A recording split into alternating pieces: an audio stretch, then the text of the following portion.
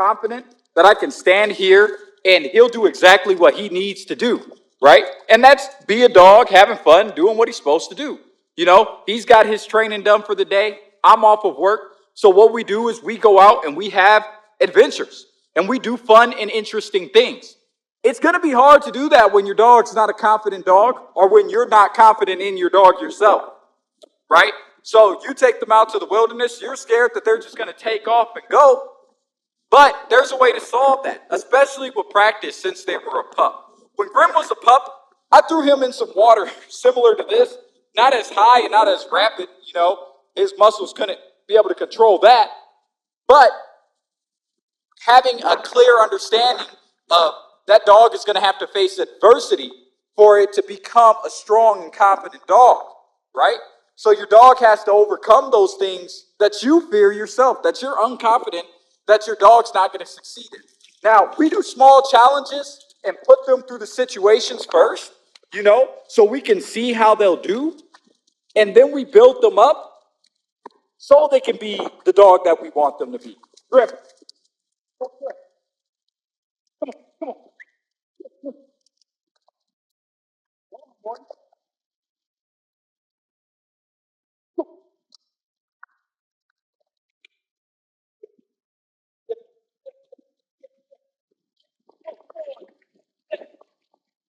Now, that river is not super strong. It's not, you know, gonna just pull him and make him pull away. But he can definitely get over and get across, you know. It's definitely up to his caliber. But it took a while to get there. At first, Grim didn't just jump into the water, right? He didn't just start swimming on his own. I had to encourage him and give him the help that he needs to succeed and to get there. You know, there he is right there. He still has some trouble when he's first like, I don't know if I want to, but then he gets across. He does what he needs to do to get across. Come on, come on, come on. Yes, yes, good boy. See how I'm encouraging him and he finds it in himself to swim across? It starts with the encouragement. It starts with you being confident that your dog can do these things. You can have a well-behaved dog. You can have a dog that walks well on the leash. You can have all these things just by you being confident in your dog and your dog being confident in itself. And how you develop that is having that dog accomplish those small accomplishments, right? One small accomplishment is being able to have your dog off leash and you being confident that he'll come back. But you have to build that, right? It's not developed overnight. Grab, here, come on, let's go. Yes, good boy. You have to be confident that your dog is going to be the dog that it needs to be. And I see a lot of dogs nowadays, and their confidence is very low. Some dogs don't want to climb up on things. Some dogs simply don't want to do some things, like even come when the owner is calling them. This is developed out of not praising the dog, not working with the dog to get it to where it needs to be, and it starts with baby steps.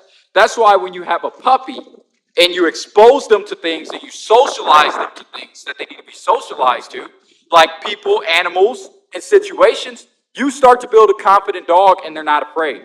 Anybody with a German Shepherd, any honest trainer is going to tell you that German Shepherds, you know, and other dogs that have that guard dog quality, I'm not saying all of them, every single one, you know, there are some outliers, but those dogs tend to be suspicious of things because they're built to be on fields, they're built to be guard dogs. Things that seem suspicious and new to them, they're kind of cautious about, you know?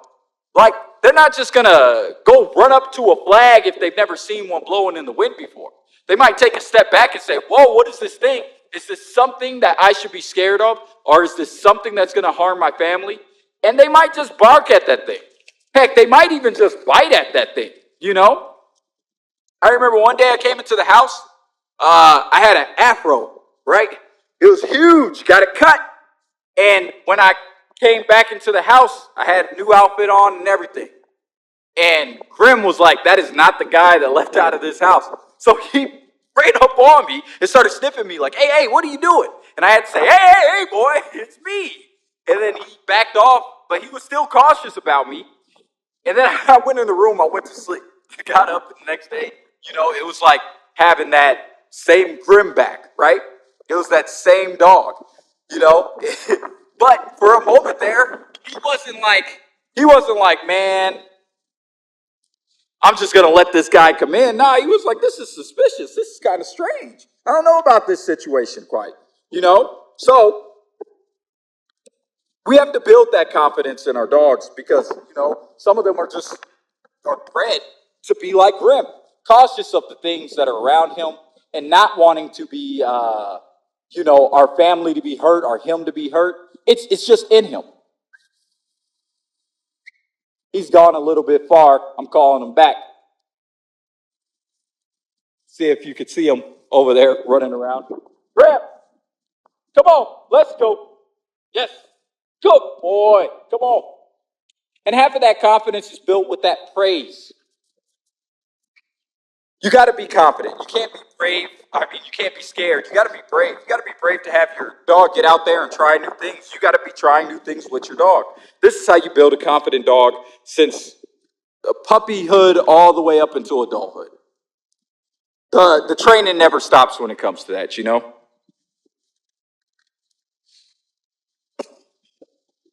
So my suggestion is to get out there with your dog and do some things. Do some things that you haven't done before. Do some things that the dog hasn't done before. And you never know. You might like those things. It might just spark something in you. It might spark something into your dog to be a more confident dog. I seen somebody had a comment one time, and they said, well, my mom just got this dog. It's not a confident dog. When I go to walk it, it starts, it gets scared of cars. It doesn't want to go outside. I seen a dog like that. It wouldn't get off of the steps because it was so scared of the steps. It hadn't experienced steps before. Hey, boy. But the more that, your dog experiences those things, the more confident he'll be. And it'll help him or her to realize their true potential in this world and realize that some of the things that go on inside of their minds aren't as scary as they think. Just like some of the things that you think will happen with your dog truly aren't as scary as you think. You off-leash walking, shouldn't be as scary as what you think. Give it a shot. Give it a try. Live a little. Let your dog off the leash. I'm telling you, when I'm walking to a place, and I'm very confident of my dog, when I'm walking to a place, I can't wait to let my dog off the leash so he could go roam and be free. And not once have I ever just lost him. Has he ever just disappeared and I couldn't get him back? Now, if you have a hound dog or something like that you literally just can't just let off of the leash, then they have leash extensions. They also have like this bungee cord leash that you can have to you that allows the dog to go pretty far. But don't be afraid to give the dog their freedom because you want your dog confident and you want to be confident in your dog. It's what you bought a German Shepherd for, right? That's what you are. That's what you bought a high energy dog for. To keep you active, to keep your family active, right? You love the breed. Why not be confident in the breed that you bought? And I'm not just talking because, there's purebred German Shepherds, work lines, and show lines. All German Shepherds are German Shepherds to me. I don't discriminate. If it's a German Shepherd, then it's a German Shepherd, Black, brown, beige, whatever colors, brindle, I don't care. It's a German Shepherd. Your high energy dog is a high energy dog. And who are we to squander the freedom from the dogs? Because squandering freedom is how you take the confidence away from the dog. And that goes into another point. A lot of these dogs that aren't confident, you'll notice something about them. You'll notice something about these dogs. Come on, boy. You'll notice something about them. And what you notice about those dogs is some of the most unconfident dogs are usually aggressive. And they're usually aggressive is because sometimes, they just fear things. You'll notice some signs that a dog is fearful. Like maybe he'll tuck its ears down. Maybe its It'll have its tail between its legs. It might be whimpering and shaking. Those aren't the type of dogs that you want to pet. And it's not the type of dog that you want to have around your kids or around older people or anything, because somebody walking with a walker might just scare that dog. You know what I'm saying? So you want your dog to be confident. Because an unconfident dog is like a coward with a weapon. You never know what they're going to do when they're scared. It's very important. It's very important. So I encourage people, get out there and socialize your dog, Don't just take your dog on a walk. Go take it on a walk in front of a store. Build that confidence that it'll have with people, and then it'll build that confidence within you. It'll show you that your dog can do a lot more than what you think that it can do, right? It'll show you that your dog can be the dog that you want it to be, and you can be confident that that dog is going to be the dog that you want it to be, right? You have to build it in them, though. And it takes work. It takes work every day. Now, if you're consistent with the training and you're consistent with the work, you're going to see results. But if you're lackluster in your training, you'll never see results. You'll never see the confidence in your dog that you want to see. It starts with the person looking in the mirror and taking accountability of some of the things, some of the faults of the dog. Because a lot of the behaviors we either knowingly teach or we don't know that we're teaching. And that goes for good behaviors and that goes for bad behaviors. It's being aware of that type of thing. But you can scope a dog to be confident. I don't have a philosophy of some people, like where they say there's a good dog and a bad dog. I don't have that philosophy. I treat dogs the same way that I treat children. And I believe that every child can learn. I also believe that every dog can learn, right? I don't believe that old dogs can't learn new tricks, All dogs can learn, and all dogs can learn to be confident, especially when you're raising them since they were a pup, right? If you're raising a dog since they've been a puppy, you should have no problems if you stay consistent with the training. The training isn't the hard part.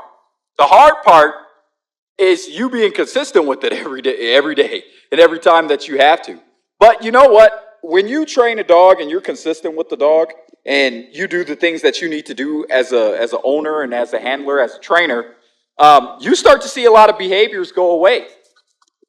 You start to see a lot of behaviors like a dog, not coming when it's called, a dog that chews on things and tears things up. You start to see a lot of that stuff go away, right? A lot of it just disappears. It's because the dog is starting to feel freedom. He's starting to feel a fulfilled life. You know what I'm saying? He's starting to feel like my owner's confident in me. He's confident that I'll come back if he calls, and he's interesting to me. He interests me, Having that confidence is what's going to make your dog want to do the things that you do. You can't be unconfident and train your dog. If you're unconfident and train your dog, then why would they want to listen to you? And I hate to say it like that. I hate to be sound like a negative, like I'm just giving off this negative vibe, but I'm not. I'm just telling you the truth. I'm telling you facts. These are facts of life.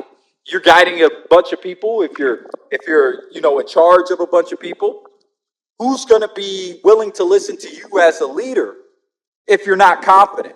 I'll give you an example. Crip, come on, let's go. Yes, boy, come on, good boy.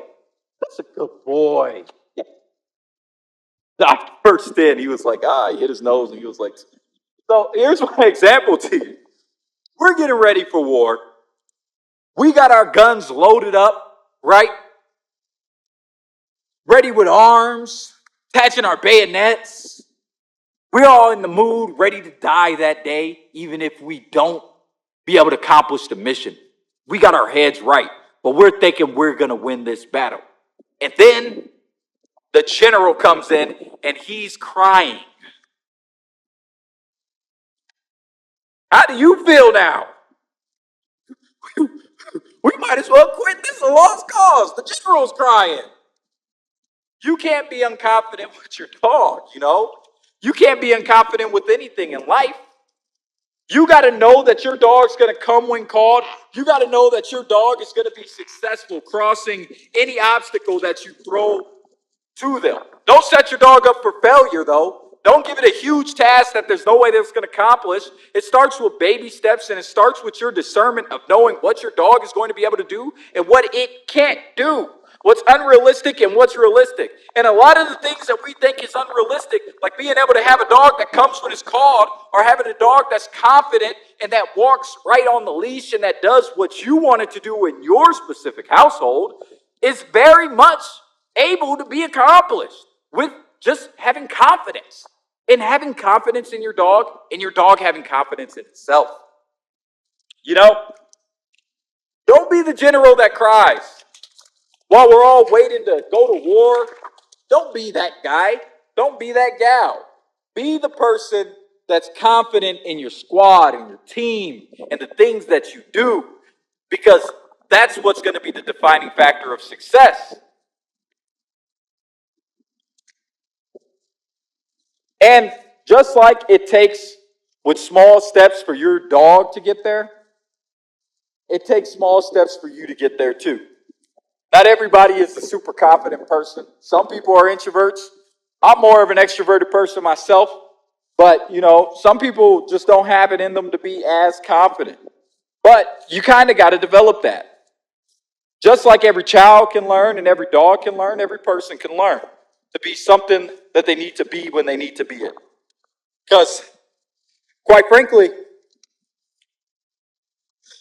your life and your home life, your family, everything that you have around you can be improved, especially with confidence in yourself. But it's built. It's built with baby steps. Small challenges. You got a puppy, start off with a kiddie pool. Put the dog inside of the kiddie pool. Take the dog to Walmart. Walk around outside where there's a lot of people coming in, a lot of cars and traffic. Praise the dog for when it's doing great when you're walking. Have a positive attitude, right? Don't have a negative view on things when you're walking your dog and when you're training your dog. Because if you're angry at something and you're upset with your dog and you have an attitude towards your dog, well, guess what?